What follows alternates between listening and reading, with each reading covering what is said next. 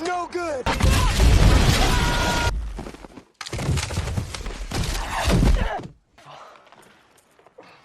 The film begins with a haunting voiceover from Marcus Literal, a Navy SEAL gravely injured in Afghanistan, as medics desperately attempt to save his life.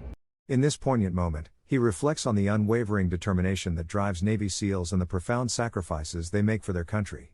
The narrative then shifts back 5 days earlier, where we find a team of 12 Navy SEALs, including Literal, boarding a military helicopter for a mission over the rugged terrain of the Hindu Kush Mountains. As they ascend, camaraderie fills the air, team members exchange tactical insights, share stories, and lighten the mood with jokes. Meanwhile, an Afghan warlord named Ahmed Shah, accompanied by his loyal second-in-command Tariq, prowls through a village, hunting for a local man suspected of aiding American forces. Upon finding him, they execute him brutally in front of his family before continuing their sinister mission. Back at Bagram Air Base, the 4 main characters, Literal, Tights, Axe, and Murphy, rise with the sun to prepare for their own critical operation. Literal learns that their mission, code-named Red Wings, is set to proceed that very night.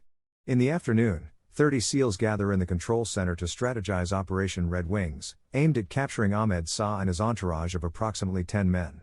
The plan designates Literal, Tights, Axe, and Murphy for reconnaissance to positively identify Shah while the rest of the team remains on standby at J-Bat overnight. As the team readies for combat, anticipation builds while they await the arrival of their helicopters. When the aircraft finally lands, the SEALs board and prepare for action. The helicopters drop Literal, Tights, Axe, and Murphy onto a steep, shadowy hillside, where they begin their descent equipped with night vision goggles. They navigate a narrow and perilous path toward their lookout point while the rest of the team monitors their progress from above. After a grueling trek, the 4 SEALs reach their vantage point 2,000 feet above the Afghan valley just as dawn breaks. Although their view is partially obstructed, they decide to continue further down the hill in search of a clearer sightline. As they attempt to communicate their new location back to J-Bat, Tight struggles to establish a reliable radio connection. The following day, Christensen receives their faint transmission and boards a helicopter for Pagram, leaving Muzzleman in charge at J-Bat. Later that day, from their new lookout position, the team gains a clear view of the village below and counts an alarming 40 Taliban fighters, far more than they had anticipated. Murphy spots Ahmed Shah in the distance, but the range proves too great for an accurate shot, and Tights continues to grapple with the radio's malfunction. To prepare for any potential conflict, the SEALs begin constructing their hiding spots, working diligently to conceal themselves from view while sharing laughter through jokes and stories. As the night deepens, they eventually drift off to sleep, with Tights assigned to watch duty. However, the tranquility of the night is abruptly shattered by the sound of bells, prompting Tights to alert the others as they spring into high alert. A herd of goats enters the area, accompanied by 3 locals, a young boy, a teenager, and an elderly man. As the locals draw too close, the SEALs emerge cautiously to subdue them. Murphy attempts to use a translator device to communicate, but it fails to function. After several frustrating attempts, Christensen finally responds, but just as they are about to relay crucial information, the connection drops again, leaving the SEALs without any updates from their command center. Suddenly, the Afghan boy makes a break for it, but the SEALs quickly apprehend him. Murphy presents 3 options: tie up the captives, release them, or execute them. The SEALs engage in a heated debate as they grapple with the moral implications of each choice. Ultimately, Murphy makes the agonizing decision to let the captives go, and they begin their ascent up the mountain in search of a way to radio for extraction. Meanwhile, back at J-Bat, a miscommunication occurs regarding the priority of their mission, resulting in 2 Apache helicopters departing for another location and leaving the SEALs stranded. With heavy gear weighing them down, the SEALs set off slowly up the mountain. However, tragedy strikes when Axe tumbles and sprains his ankle, compounding the challenges of their already precarious situation. Meanwhile, the Afghan boy races back to his village to alert the Taliban fighters. As the SEALs reach what they believe to be the summit, they discover it is merely a false peak and find that their radio is still inoperative. Murphy pulls out his binoculars and scans the seemingly peaceful town below. He decides they must hold their position until sunset, with Axe keeping watch. About 30 minutes later, Axe spots movement in the distance. The team assesses their surroundings and realizes they are nearly encircled by Taliban fighters. With adrenaline pumping, the SEALs ready their weapons and take cover, prepared for an imminent attack. When Luttrell takes his first shot, hitting his target, chaos erupts around them. The situation spirals further out of control as Dietz and Murphy struggle to communicate via radio and satellite phone. Tragically, Dietz is shot in the hand and Axe in the shoulder. The four SEALs huddle together behind a boulder, desperately pushing toward the right for cover as the firefight intensifies around them. Tragically, Dietz, Axe, and Luttrell are all struck by enemy fire as the Taliban unleash a barrage of RPGs, and Murphy is hit in the stomach. The SEALs find themselves under relentless assault and make the harrowing decision to retreat, leaping off a 50-foot cliff. The descent is brutal, with the SEALs crashing into trees and rocks, yet against all odds, they survive while the Taliban begin their slow pursuit. As the enemy closes in, taking up advantageous positions, Murphy and Dietz are hit again. In a moment of urgency, Murphy orders the team to move left, and Axe and Luttrell comply. However, Dietz, gravely injured, struggles to keep pace. With immense effort, Murphy manages to rally him and the rest of the team as they retreat to safety. Exhausted from their grueling escape through the treacherous terrain, the SEALs collapse in a moment of respite. Murphy attempts to re-establish contact through the SAF but faces yet another failure. Later that day, as they rest, the ominous sound of approaching voices fills the air, and suddenly the Taliban opens fire. Realizing their situation is dire, Murphy knows they must take another perilous leap, this time from 80 feet up. Tarek and his 6 fighters charge toward them as Axe and Murphy jump off the cliff. Luttrell carries Dietz, but just as he prepares to follow, Tarek shoots both of them in the neck. Luttrell loses his grip on Dietz and falls backward off the cliff.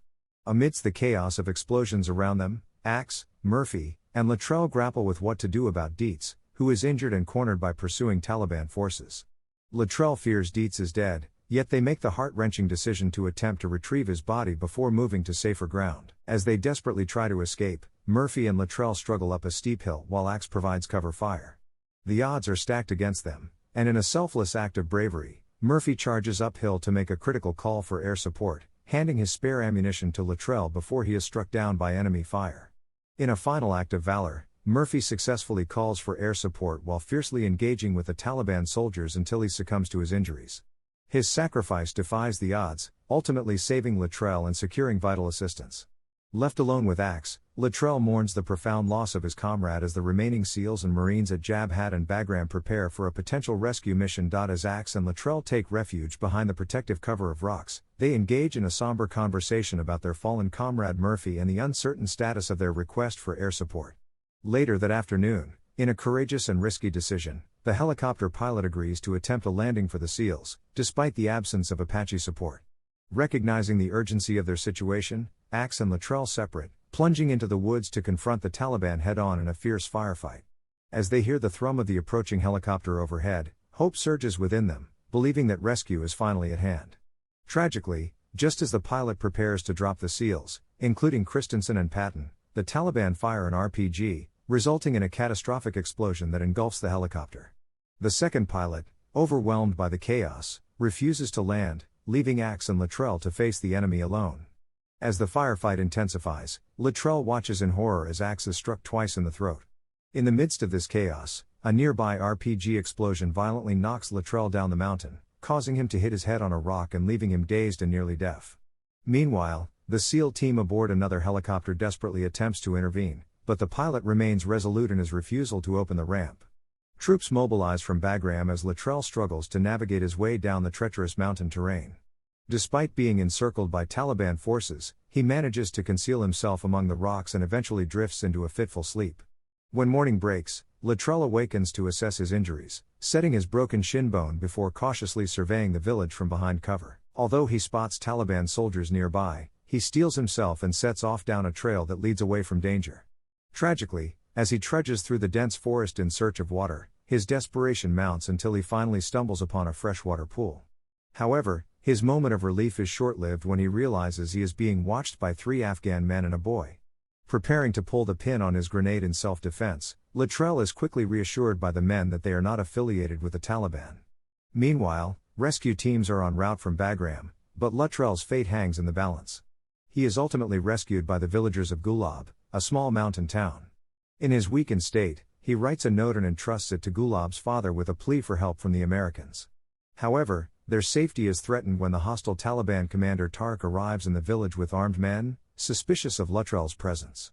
Under questioning and threats of death, Luttrell finds unexpected support from the villagers who bravely defend him.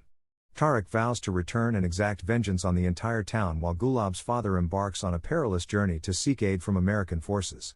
As tensions rise, Luttrell attempts to connect with a young boy in the village, requesting a knife for protection.